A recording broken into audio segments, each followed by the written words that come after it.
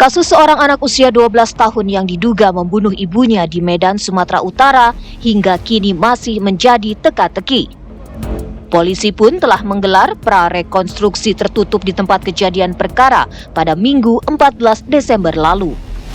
Sebanyak 43 adegan diperagakan dalam prarekonstruksi tersebut. Peristiwa tragis ini terjadi pada Rabu pagi 10 Desember lalu. Sebanyak 16 saksi sudah dimintai keterangan termasuk suami korban dan juga saksi ahli. Meski dugaan awal pelaku merupakan anak bungsu korban, namun polisi belum menetapkan tersangka pembunuhan. Masih ada kemungkinan hasil penyidikan polisi menemukan terduga pelaku lain. Lantas mungkinkah anak usia 12 tahun melakukan pembunuhan? Dan benarkah motif dendam dan sakit hati yang melatar belakangi pembunuhan ini? Ya, Polrestabes Medan menyatakan masih terus menyelidiki kasus anak berinisial AL 12 tahun yang diduga membunuh ibu kandungnya di Medan, Sumatera Utara. Terkait dengan kasus anak yang sudah kita sidik, sampai dengan saat ini sudah ada 16 saksi yang sudah kita ambil keterangannya secara pro justitia dan sudah dituangkan di dalam berita acara pemeriksaan. Dan ini akan bertambah terus, baik saksi dari masyarakat, baik saksi dari keluarga, baik saksi dari lingkungan kerja, dan juga saksi ataupun keterangan-keterangan ahli yang kita akan dapat. Saat ini juga tim bersama dengan stakeholder terkait, di dalamnya ada KPAI, ada Dinas Perlindungan Anak, ada Bapas, ada psikolog, kemudian juga di internal kita juga ada tim yang melakukan olah TKP dan tim yang mengecek terkait dengan segala sesuatu ditemukan di TKP, dalam hal ini laboratorium forensik. Kami memadukan dari semua keterangan-keterangan yang ada. Sudah hampir sempurna, namun kami akan sampaikan beberapa waktu ke depan nantinya. Kemudian untuk penyesuaian antara fakta di lapangan dan seluruh keterangan yang kami dapat, baik saksi dan ahli, kami lakukan penyelidikan dan penyidikan lanjutan dan sudah juga melakukan prarekonstruksi untuk lebih memfirmkan secara saintifik investigasi. Jadi kami ingin membuat ini secara sempurna dan mudah-mudahan tidak waktu lama lagi akan kami sampaikan. Ya, kita akan langsung membahasnya pemirsa bersama dengan sejumlah narasumber. Saya akan perkenalkan untuk Anda yang sudah hadir di studio bersama saya. Di sebelah kanan saya sudah hadir ada Mbak Hanifah Hasna, kriminolog. Selamat malam Mbak Hanifah. Malam Mbak Kinta. Sehat Mbak?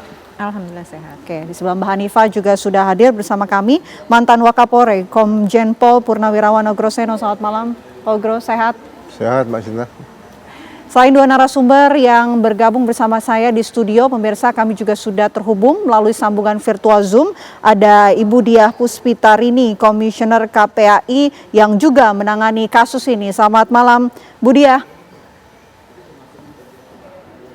Selamat malam Mbak. Oke, kita buka terlebih dahulu Ya. untuk mendengar dari Bu Diah ya. Bu Diah, ini kabarnya juga langsung menuju Medan, Sumatera Utara. Dan apakah benar sudah bertemu dengan AL? Kita ingin tahu Bu, bagaimana secara psikologis kondisi dari AL saat ini? Ya, terima kasih Mbak. Jadi tadi pagi saya bertemu langsung dengan Ananda AL yang saat itu didampingi dengan UPTD PPA, kemudian Peksos dan juga dari Kanit PPA Polresta Medan, Ibu Dermarinda. Dan kami berbincang santai, anaknya juga sehat dan baik ya, ceria, dan seperti layaknya anak-anak yang lain.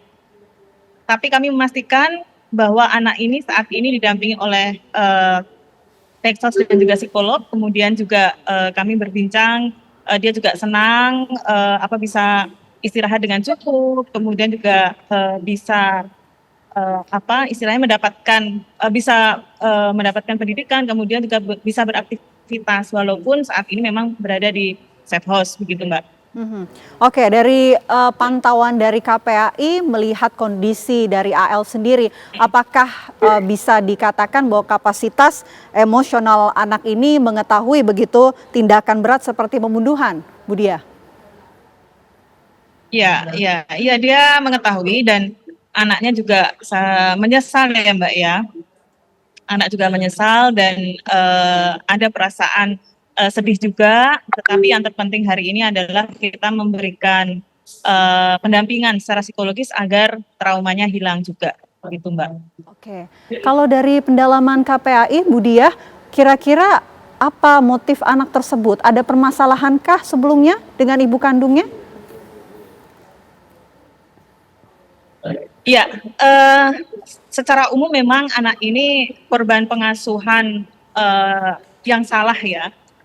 Saya bisa mengatakan demikian karena ada konflik antara orang dewasa, yakni ayah dan ibu yang kemudian juga berakibat kepada kenyamanan anak di rumah.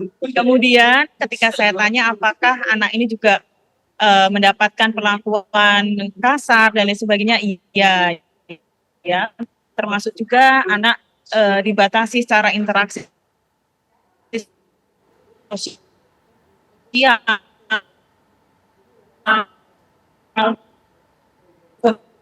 Kemudian juga bahkan mungkin penaklukan ya yang dia dapatkan di rumah, perlakuan ibu kepada kakaknya gitu ya, yang pada akhirnya memicu pada kakaknya dan dirinya, kemudian itu memicu untuk melakukan hal tersebut gitu. Begitu gambaran secara umumnya ya.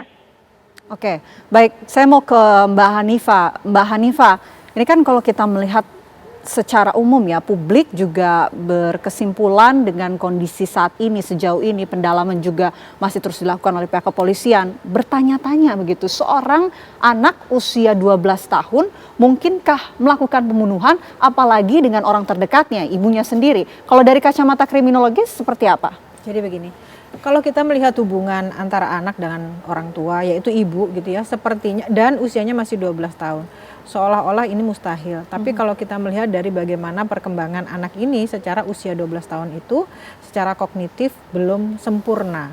Karena prefrontal cortex itu baru sempurna di usia 20-25 tahun.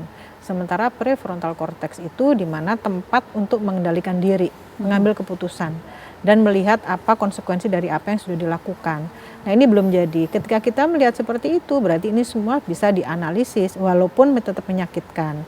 Jadi kalau kita melihat seperti yang disampaikan oleh Mbak Diah, ada kondisi-kondisi atau latar belakang yang membuat anak ini menjadi bermasalah.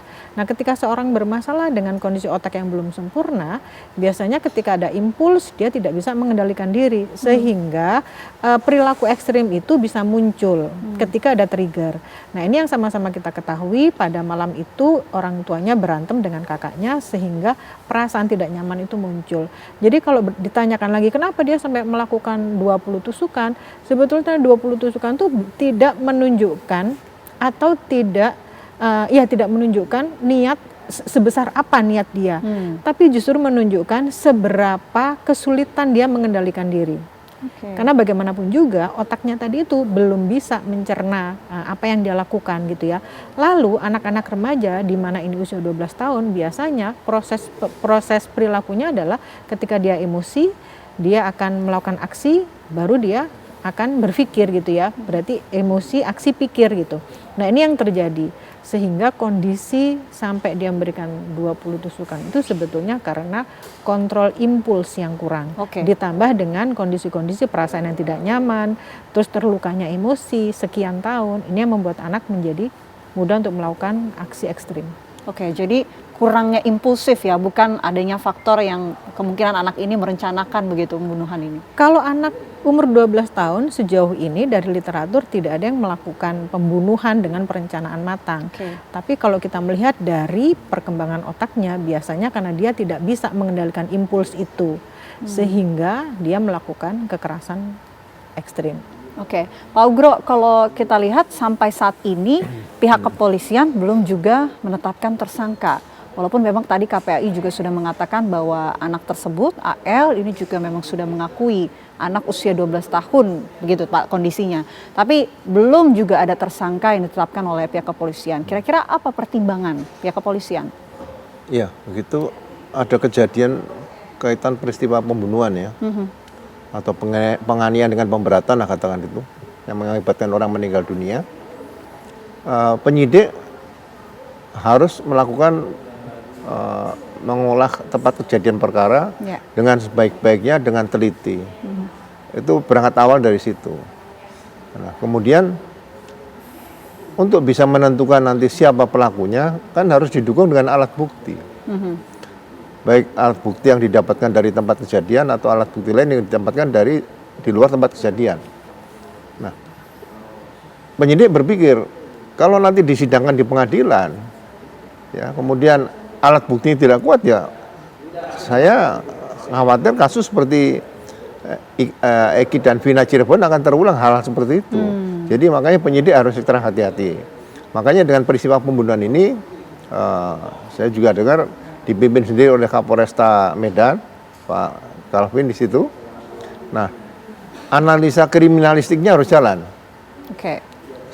Selengkap-lengkapnya, sekecil apapun itu harus dianalisa. Jadi menurut saya pengolahan tempat kejadian perkara dan analisa kriminalistik ini harus benar-benar jangan sampai ada yang tertinggal. Jadi tim ada yang di lapangan, juga ada yang tetap mengolah TKP tadi.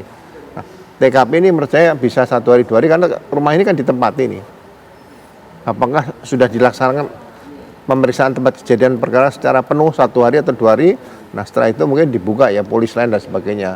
Kalau ditutup sampai kasus terungkap kan mereka tinggal di mana dan sebagainya kan sulit ya. Nah, sehingga bagi saya memang saya akui ini cukup berat. Jadi kalau penyidik atau pejabat polisi setempat ditanya bagaimana Pak pelakunya, ya pelaku itu dalam alat bukti kan nomor 5, keterangan terdakwa. Nah, terdakwa juga berhak diam di situ kan, di situ. Nah ini alat mungkin harus bukti yang ekstra terpenting hati-hati. ya. Ya ekstra hati-hati, ya tetap didampingi oleh seperti psikolog dan sebagainya supaya jangan sampai dalam tekanan hanya dipaksakan segera diajukan pengadilan saja, diduga nggak ada saksi lain cukup. Itu mungkin suatu hal yang harus dihindari oleh para penyidik nantinya seperti itu. Oke, mungkinkah pertimbangannya karena saat ini memang sejauh ini terduga yang kita sebut dengan terduga pelaku ini adalah anak-anak di bawah umur, usianya 12 tahun, Pak Ugro? Ya siapapun pelakunya, tapi nanti alat bukti itu kalau tidak bisa mendukung bahwa dia pelakunya, juga di pengadilan pasti akan lolos di situ. Jadi menurut saya mungkin ekstra hati-hati. Seperti contoh ya, kasus tahun 90 aduh, tahun 82 atau 83 ya, itu mayat potong 13 sampai sekarang juga tidak pernah ketemu. Di Jakarta loh ya, dulu waktu saya masih Letnan 2 tuh ya. Jadi benar-benar ini pekerjaan yang sulit, tapi kalau saya lihat kasusnya mudah-mudahan bisa terungkap lah seperti itu. Oke. Saya mau kembali ke Budiah. Budiah, ketika Budiah kemudian mengamati kondisi dari AL, apakah juga menunjukkan bahwa memang kondisi psikologis AL ini juga berada dalam tekanan yang tidak biasa, begitu tidak normal, sehingga menyebabkan adanya keterpaksaan dengan tindakan yang dilakukan di AL. Ditahan nanti Budiah, kami jeda terlebih dahulu. Apa kabar Indonesia Malam akan kembali untuk Anda sesaat lagi pemirsa. Anda kembali menyaksikan Apa Kabar Indonesia Malam. Kita lanjutkan diskusi kita. Budiah, kalau ketika KPAI memantau kondisi AL begitu, apakah ada kemungkinan adanya faktor tekanan yang didapatkan oleh AL, termasuk juga adakah trauma-trauma yang dialami oleh AL saat ini? Jadi begini Mbak, kalau saya tadi berdialog ya dengan anak ini, memang dia mengalami tekanan itu sudah bertahun-tahun ya. Tekanan itu sudah bertahun-tahun dan kemudian dia pendam. Pemicunya adalah malam hari sebelum kejadian itu ya. Ya, yang dia melihat kakaknya mungkin mendapatkan perlakuan yang tidak sewajarnya begitu, sehingga membela kakaknya begitu. Dan apakah ada trauma? Ada. Anak ini trauma juga, Mbak. Bahkan mungkin kalau mau kembali ke rumah dia nggak mau. Dia trauma ke rumahnya. Dia juga menyesal. Jadi layaknya anak dan sangat manusiawi ya. Dia juga menyesal, sedih. Ya sama dengan seseorang ketika dia melakukan sesuatu hal yang itu melanggar hukum. Cuma dia bingung ya. Bahkan mungkin tidak pernah berpikir bahwa efeknya akan seperti ini. Dia mengalami kebingungan, terus kemudian apa yang akan terjadi pada dirinya nanti. Ya selain seperti anak-anak pada umumnya, dia masih belum paham dengan situasi saat ini. Jadi memang masih perlu mendapatkan pendampingan dan pelan-pelan secara psikologis memang trauma juga tetap harus dipulihkan, begitu Mbak. Kalau sebelum peristiwa begitu, apakah juga mungkin dari anak tersebut, dari keluarganya juga menjabarkan kondisi psikologis dari AL ini? Apakah juga mengalami trauma sebelumnya, sebelum kejadian?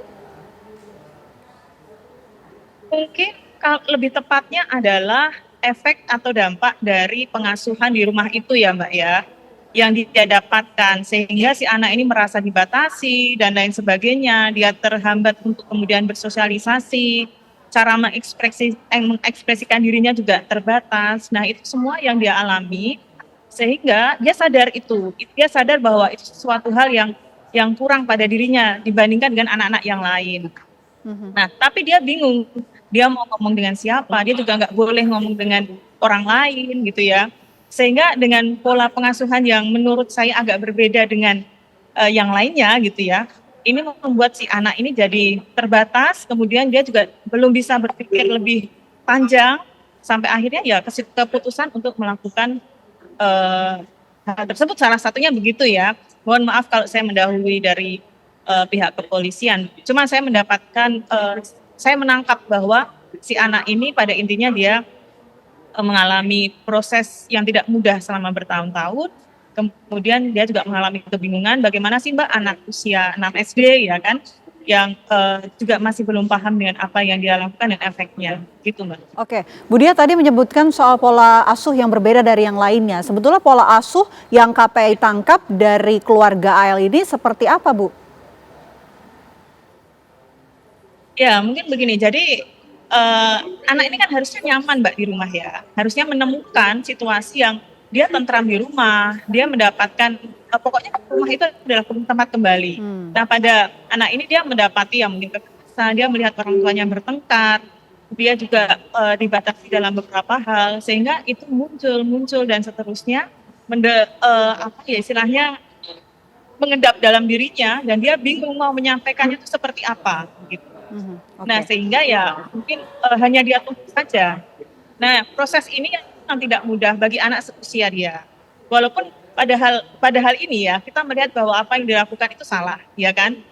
Siapapun, bahkan mungkin anak ataupun ya usia berapapun yang dilakukan kemudian membunuh orang tua itu salah. Tetapi ingat bahwa anak melakukan itu tuh ada latar belakang yang lain. Yeah. Dalam arti tidak berdiri sendiri. Ya dia bisa jadi anak melakukan itu akibat.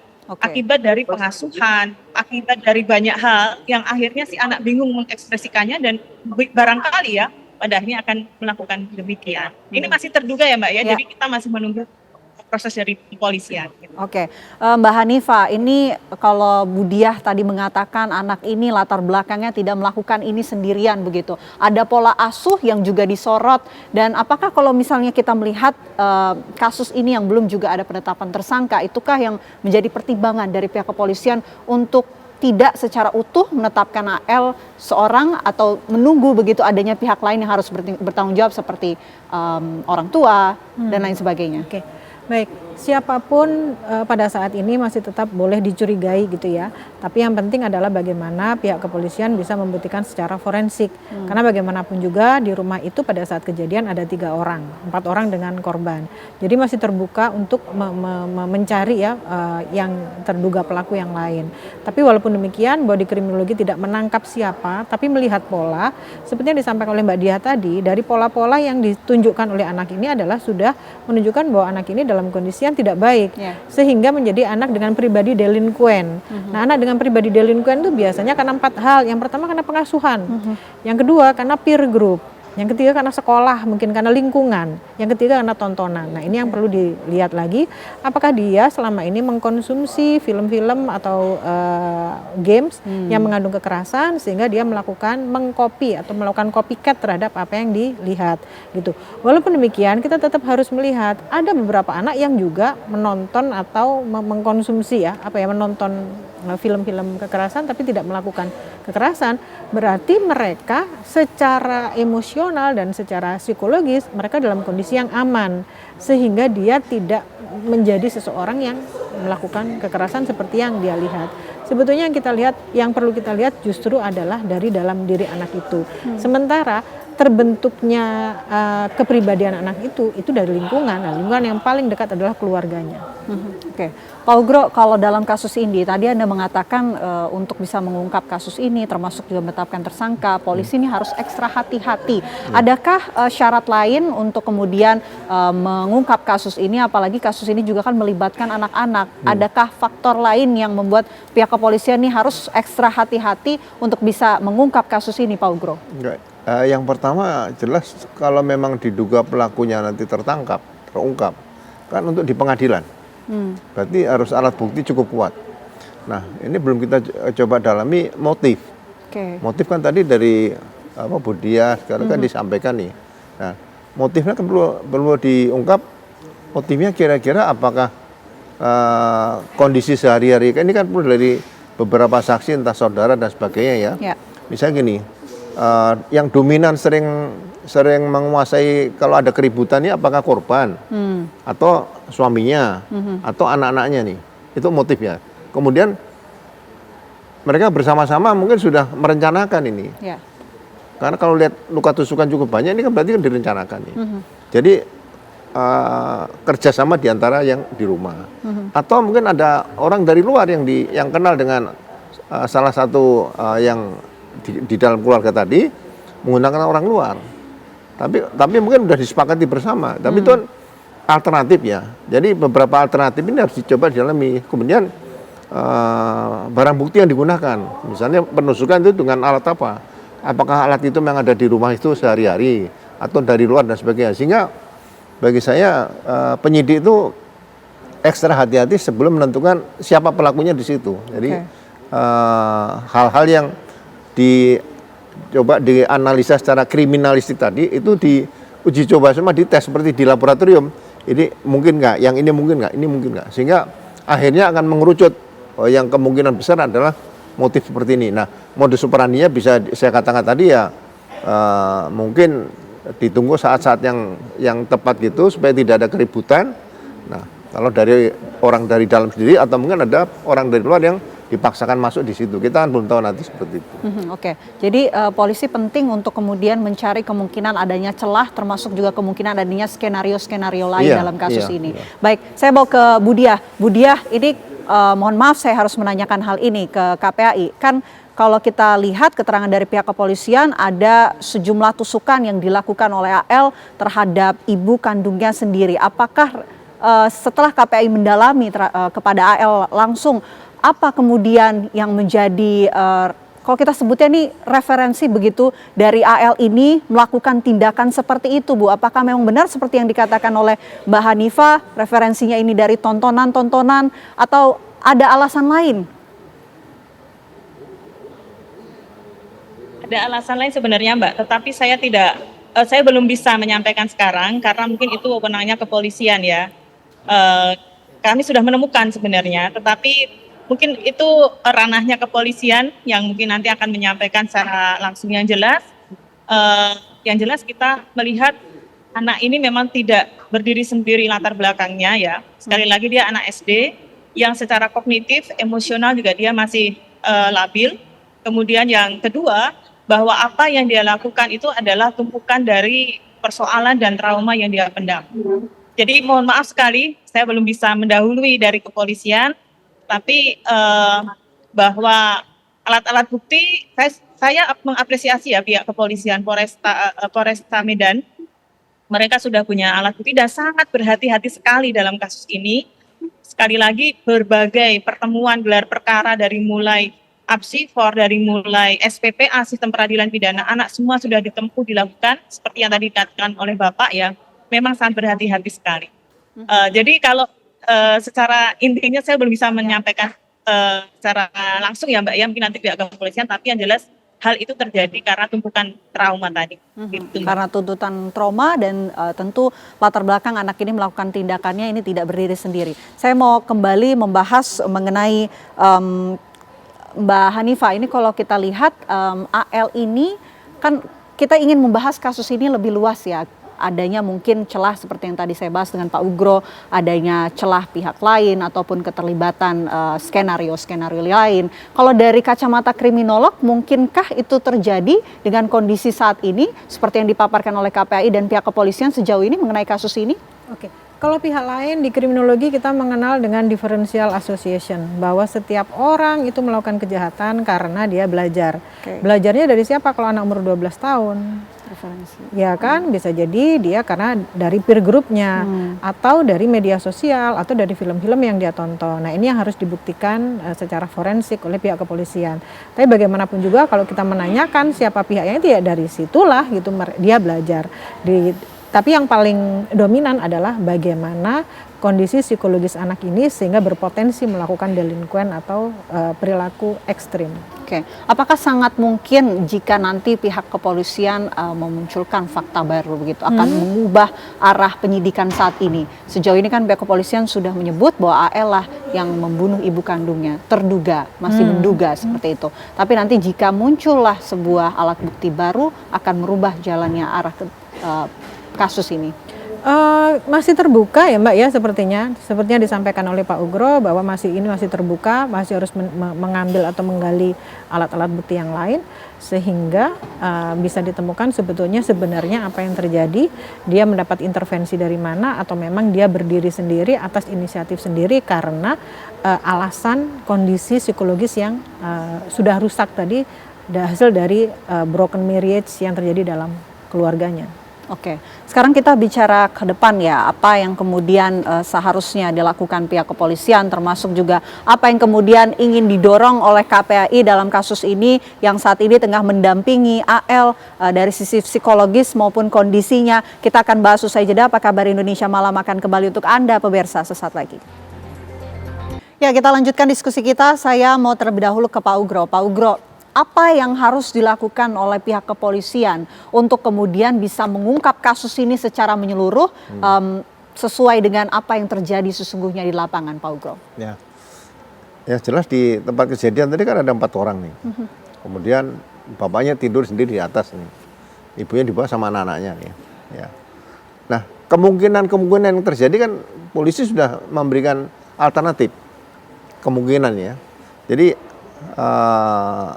apakah sudah direncanakan sebaik-baiknya, kemudian pada saat akan melakukan ini alternatif ya, bukan mungkin peristiwa seperti bukan kemungkinan. Jadi gini, kakaknya di luar dulu, terus dia akan melakukan tindakan sendiri karena kakaknya mungkin ya silahkan tapi bisa keluar, atau mungkin kakaknya juga ada dan yang sering marah ini kan ibunya nih mungkin dominan kemungkinan ini.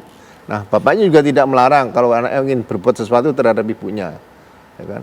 Jadi kemungkinan juga anaknya sering cerita di luar sama kawannya, sama orang tua kawannya, sama saudaranya sendiri. Mereka merasa kasihan. Jadi kondisi ibunya, kesehatan kejiwaan dan sebagainya, atau konsultasi dengan dokter di luar juga perlu diselidiki. Mungkin punya bipolar dan sebagainya nih, seperti itu. Sehingga anaknya sering mengalami tekanan-tekanan fisik yang berlebihan dari ibunya, kemudian dia memang ingin balas dendam seperti itu. Jadi ini membutuhkan waktu yang panjang dan saya yakin polisi tidak akan pernah bicara bahwa sekarang diduga kuat pelakunya adalah anaknya seperti ini. Saya yakin polisi tidak akan berani mengatakan seperti itu. Oke, Mbak Hanifah ada pendapat lain? Yang kita ketahui juga bahwa anak ini atau keluarga ini adalah keluarga yang terisolasi atau mengisolasikan diri, dia tidak berhubungan dengan orang lain. Padahal kalau dari kriminologi, seseorang yang tidak berhubungan dengan orang lain itu menjadikan kondisi-kondisi kerusakan yang ada dalam keluarga itu tidak terungkap gitu ya, karena jadi tidak ada pertolongan dari luar. Nah kalau anak ini juga seperti itu kan, tidak boleh berhubungan dengan orang lain. Ini yang mengakibatkan anak ini menjadi luka psikologis, sehingga ketika luka psikologis itu menumpuk, ada kemungkinan dia melakukan tindakan ekstrim ini. Karena kalau kita lihat dari keterangannya demikian. Jadi keluarga ini adalah keluarga yang tidak berhubungan dengan siapapun. Oke, Pak Ugro, kalau kita lihat juga prarekonstruksi yang dilakukan oleh pihak kepolisian ini digelar secara tertutup begitu Pak. Apa sih sebetulnya alasan kemudian digelar secara tertutup? Ya, kan tidak semua informasi harus disampaikan pada publik. Nanti sudah kejebak di situ penyidik atau polisi ini yang kasihan nanti dia untuk menjawab pertanyaan-pertanyaan yang lupa. Bapak dulu sudah mengatakan seperti ini, ya kan? Ternyata tidak. Nah, ini dianggap polisi ragu-ragu kan kasihan juga nih. Nah, menurut saya dalam satu penyidikan hal-hal seperti ini ada hal-hal yang tidak perlu disampaikan langsung kepada publik seperti itu. Jadi ekstra hati-hati diperlukan karena ini akan endingnya nanti kan di pengadilan, itu yang berat bagi penyidik kalau terlalu buru-buru di depan sudah menceritakan apa dia seperti episode 1, episode 2, episode 3 dan sebagainya seperti itu. Jadi alasan untuk kemudian menggelar prarekonstruksi secara tertutup adalah untuk kehati-hatian. Kehati-hatian ya dalam rangka penyidikan tadi. Oke, jadi ada mungkin pendapat yang mengatakan digelar tertutup ini karena memang melibatkan anak di bawah umur. Atau sebetulnya itu juga menjadi alasan Mbak Hanifah? Iya, karena si anak ini kan tetap harus dilindungi. Karena kalau terbuka kan pada saat rekonstruksi aja ini membuat anak kan menjadi tertekan gitu ya, secara psikologis dia terganggu. Nah makanya harus didampingi oleh sekian banyak profesional. Sebetulnya ini adalah yang sudah benar dilakukan oleh pihak kepolisian, karena bagaimanapun juga yang pertama harus melindungi anak ini yang diduga melakukan. Oke. Saya mau ke Bu Diah terlebih dahulu. Bu Diah, pendampingan yang akan dilakukan KPAI ke depannya seperti apa dan apa yang KPAI dorong untuk kemudian membuka kasus ini secara terang benderang dan juga memperhatikan aspek dari sisi anak? Ya, yang pertama saya mau nyambung tentang rekonstruksi ya Mbak ya. Ya. Jadi sebelum rekonstruksi memang pihak kepolisian berkonsultasi dengan kami, termasuk juga kekhawatiran untuk menghadirkan si anak ini di tempat. Karena kalau untuk rekonstruksi, untuk anak berkonflik dengan hukum, ini kan sebenarnya bisa tidak dihadirkan langsung karena dia masih anak-anak. Tetapi dalam kasus ini, itu mungkin kita semua masih bingung ya, apa benar dia melakukan dan lain sebagainya. Sehingga memang perlu dilibatkan langsung, meskipun si anak ini pada posisi trauma Mbak pulang ke rumah. Nah, itu juga kami pastikan ada pendampingan psikologis, speksos jikalau terjadi sesuatu hal di sana. Ya, mungkin pingsan dan lain sebagainya ya. Nah, kemudian yang kedua yang akan kami lakukan KPAI yang pertama adalah memastikan proses ini tetap berjalan. Bagaimanapun juga di sini ada anak berkonflik dengan hukum di bawah umur ya. Kemudian yang kedua memastikan bahwa anak ini tetap dalam pendampingan psikologis. Entah nanti pada akhirnya apakah proses ini sampai di persidangan, kita kan kembali ke Undang-Undang Sistem Peradilan Pidana Anak ya Mbak. Yang bisa diproses itu kan di atas usia 13 tahun. Nah sementara ini di bawah 13 tahun. Ini kan semuanya masih bingung, tergagap gitu ya. Apakah nanti selanjutnya bagaimana, bahkan untuk dihadirkan di persidangan aja nggak boleh. Kalau Undang-Undang Sistem Peradilan Pidana Anak nanti ada mekanisme tersendiri. Ya, kemudian apakah nanti akhirnya akan di LPKA dan lain sebagainya atau direhabilitasi, itu masih dalam perbincangan kita semua mana yang terbaik.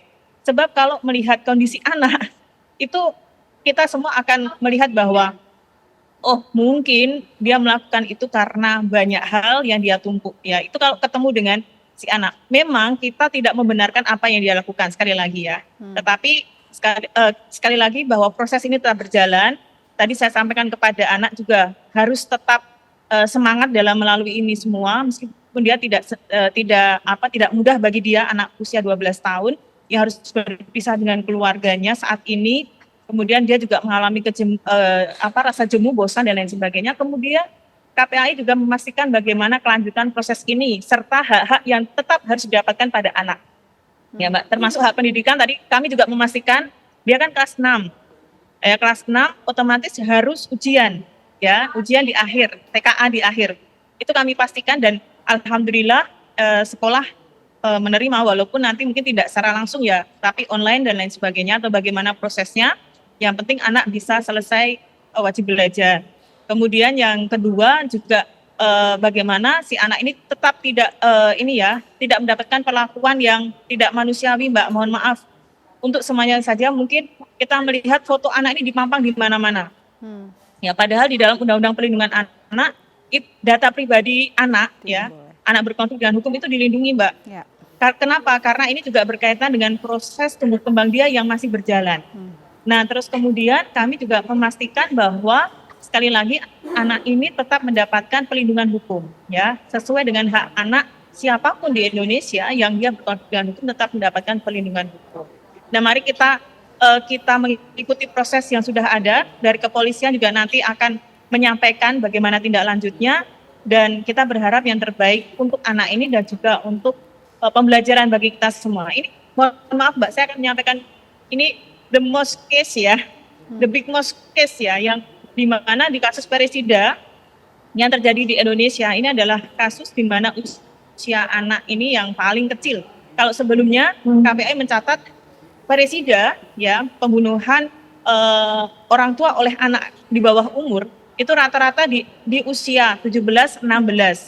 Ada 14 tahun yang lalu MAS dan ini bahkan lebih kecil lagi 12 tahun. Jadi sangat berhati-hati sekali. Itu Mbak. Oke, Pak Ugro, penanganan ke depan yang biasanya akan dilakukan oleh pihak kepolisian apa Pak? Ya, tadi yang ceritakan Budiah bagi saya kan belum ada pernyataan resmi bahwa siapa pelakunya. Iya. Jadi jangan sampai trial by pers ini juga dilakukan terhadap anak-anak. Jadi sudah diadili di depan nih sebelum terbukti. Menurut saya ya biarkan berjalan wajar apa adanya. Kan polisi ada kemampuan untuk undercover, dilihat kehidupan dia sekolah bagaimana, sehingga jangan diisolasi seolah inilah pelakunya masih anak-anak. Ini kan kasihan seperti itu. Ya kalau memang dia pelakunya, tapi kalau bukan kan tekanan psikologis ke anak-anaknya kan ke depan kan kasihan. Justru akan mendapatkan hal-hal baru kalau memang dia dianggap ya masih biarkan sekolah bertemu kawannya dan sebagainya. Jangan sampai dijauhi seperti itu. Tadi kalau katakan ujian harus online, ini kan berarti sudah mengisolasi anak tersebut dari kehidupan dia seperti itu. Ini sama Budiah loh ya, saya sampaikan seperti itu. Sehingga saya lebih berharap dia bisa bergabung, tapi diawasi dari jauh. Orang-orang tidak tahu kalau sedang diawasi seperti itu. Mbak Hanifah.